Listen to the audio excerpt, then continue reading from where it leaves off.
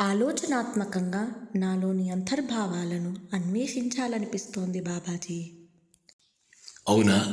ప్రస్తుతం నీవు చూస్తున్న ఈ నదీ ప్రవాహం ఎప్పుడు శాంతంగా ఉంటుందో, ఎప్పుడు ఉత్కంఠభరితమైన అలలతో ప్రవహిస్తుందో తెలియని చందంగానే మానవ జీవితం కూడా వివిధ రకములైన సంఘటనలతో ముందుకు సాగిపోతూ ఉంటుంది. బాబాజీ, నా యొక్క ప్రతిబింబం ఈ నదీ ప్రవాహంలోని అలల మధ్యలో చిక్కుకుపోయి అస్పష్టంగా కనిపిస్తోంది. దీని అర్థమేంటి?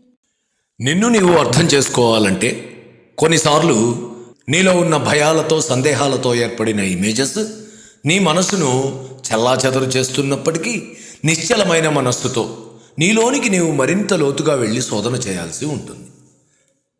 దీనిని గమనిస్తున్నావా?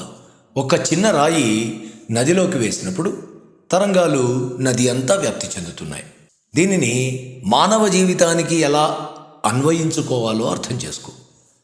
ప్రతి మానవుడు తాను తీసుకునే ప్రతి చిన్న చర్య కూడా నదిలోని అలల వలె ఈ ప్రపంచంలో కొంత అలజడిని లేపి దాని అసలు స్వభావాన్ని కోల్పోయినప్పుడు వివిధములైన మార్పులు కలుగుతాయి అని అర్థం.